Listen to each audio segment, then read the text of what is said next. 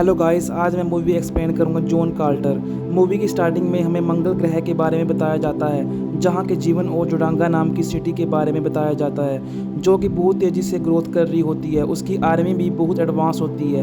Next scene shift होता है New York city 1881 में, जहां हमें जॉन कार्टर नाम का कैरेक्टर दिखाया जाता है, जो कि अपने भतीजे को मिलने की चिट्ठी भेजता है। जब उसका भतीजा उनसे मिलने के लिए पहुंचता है तो उसे पता चलता है कि उसके मामा यानी जॉन कार्टर की डेथ हो चुकी है।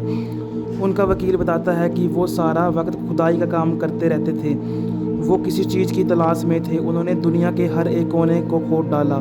जब वो लड़का अपने मामा की श्रद्धांजलि देने के लिए जाता है तो वकील बोलता है इसे सिर्फ अंदर से खोला जा सकता है, इसकी चाबी किसी के पास नहीं है।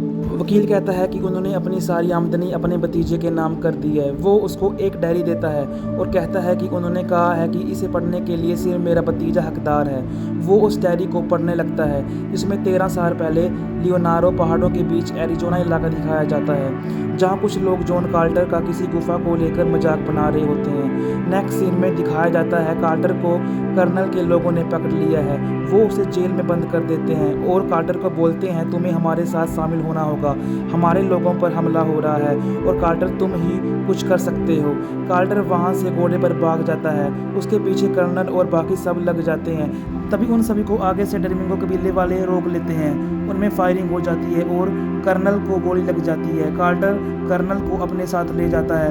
कार्टर को पहाड़ों में मकड़ी वाली गुफा दिखाई देती है। जब वो उसके अंदर जाता है और उसे सोना दिखाई देता है, तभी पीछे से उस पर कोई अटैक कर देता है। जॉन कार्टर उसे गोली मार देता है। कार्टर को उस आदमी के हाथ में कोई चमकीली चीज़ दिखाई देती है। इसे पकड़ते ही वो मार्स ग्रह पर पहुंच जाता है। ग्रेविटी कम होने के कारण वो वहां अपने आप को हल्का महसूस करता है, जिसके कारण वो लंबी लंबी जंप लगाने लगता है। उसे वहां किसी अजीब क्रिएचर के अंडे दिखाई देते हैं, इसमें से बच्चे निकल रहे होते हैं। तभी कुछ अजीब से क्रिएचर्स कार्टर पर हमला कर देते हैं, लेकिन एक क्रिएचर उन्हें कार्टर पर हमला करने से रोकता है। वो कार्टर के पास आते हैं और थार्स डार्क्स का नाम लेते हैं। वो क्रिएचर्स कार्टर को उठा कर ले जाते हैं। नेक्स्ट सीन में हमें जोडैक किंग दिखाया जाता है और राजकुमारी वो जल्दी से सभा बुलाते हैं, जिसमें बताया जाता है कि सबथान ने पूर्वी सीमा पर अटैक कर दिया है और सब कुछ बर्बाद कर दिया है। तभी राजकुमारी बताती है कि सबथान ने नौवीं शक्ति की खोज हमसे पहले कर ली है, वो इसका गलत इस्तेमाल कर रहा है। लेकिन अगर ये हीलियम को मिल जाए तो इससे चमत्कार हो सकता है। जोडैक किंग राजकुमारी देजा को बताते हैं कि सबथान हीलियम को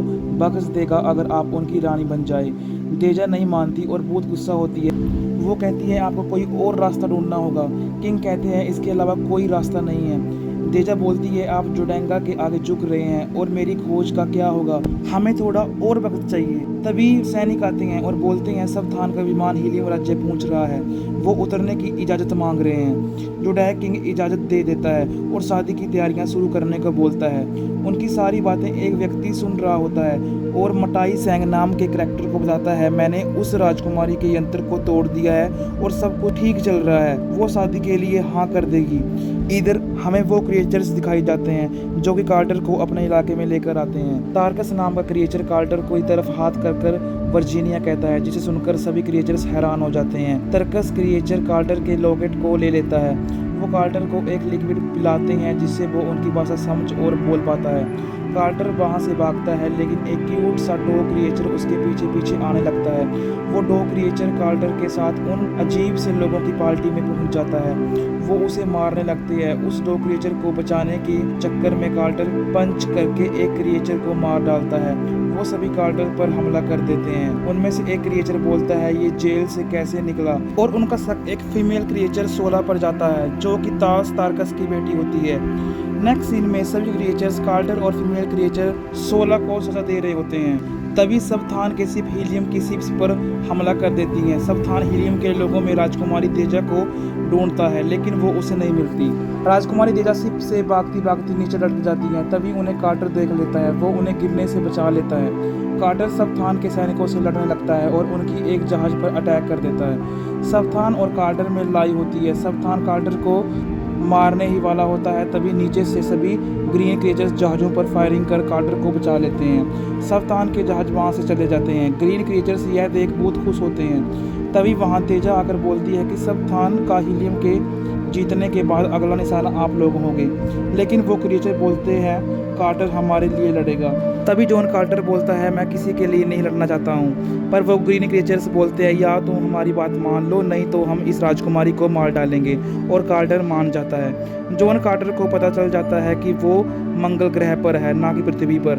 राजकुमारी तेजा बोलती है तुम यहाँ कैसे आए? वो बोलता है मैं उस लॉकेट की वजह से यहाँ आया हूँ। तेजा कहती है मैं तुझे वापस भेज सकती हूँ। वो कार्टर को एक मंदिर में लेकर आती है। वो वहाँ पर कुछ लिखा पढ़ती है।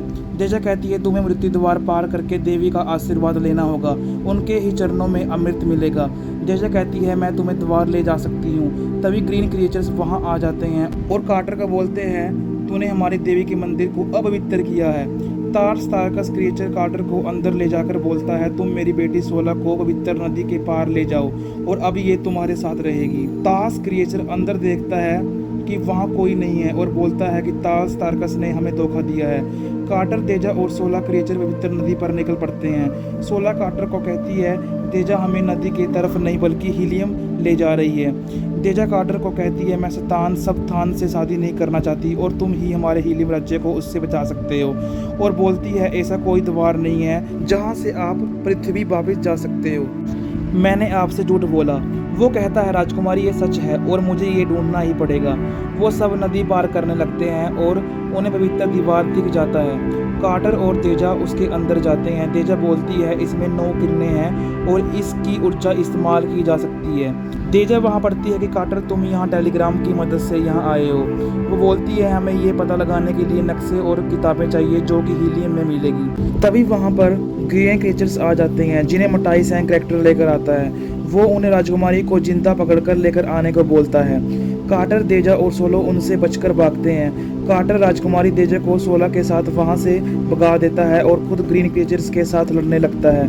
हीलियम का जहाज और राजकुमारी के पिता वहां आ जाते हैं। तेजा बोलती है कार्टर ने मेरी जान बचाई है और वो देखती है कि उनके साथ सबथान भी होता है और बोलता है कि राजकुमारी मुझे आपकी फिक्र है। राजकुमारी कार्टर को कहती है मेरे पास कोई रास्ता नहीं है, मुझे सबथान से शादी करनी पड़ेगी और अगर तुम हीलियम के लिए लड़ोगे तो ऐसा नहीं होगा। कार्टर जब राजकुमारी के कमरे से बाहर निकलता है तभी मटाई सैंग उस पर किसी नीली रोशनी से अटैक करता है जिसे कार्टर फ्रीज हो जाता है। मटाई सैंग कहता है तुम पृथ्वी से हो और तुम यहाँ मनमानी नहीं कर सकते, बेहतर होगा चुप रहो। मटाई सैंग बूढ़ी औरत का बेस बदलकर कार्टर के साथ उसको राजकुमारी की शादी में ले जाता है। राजकुमारी शादी सबथान से हो रही होती है लेकिन कार्टर मटाई सैंग के जादू की वजह से बोल नहीं पा रहा होता। कार्टर मटाई से पूछता है तुम्हारा लक्ष्य क्या है? तुम तेजा की शादी सबथान से क्यों करवाना चाहते हो और तुम मुझे मार क्यों नहीं देते? यहाँ क्यों लेकर आए हो?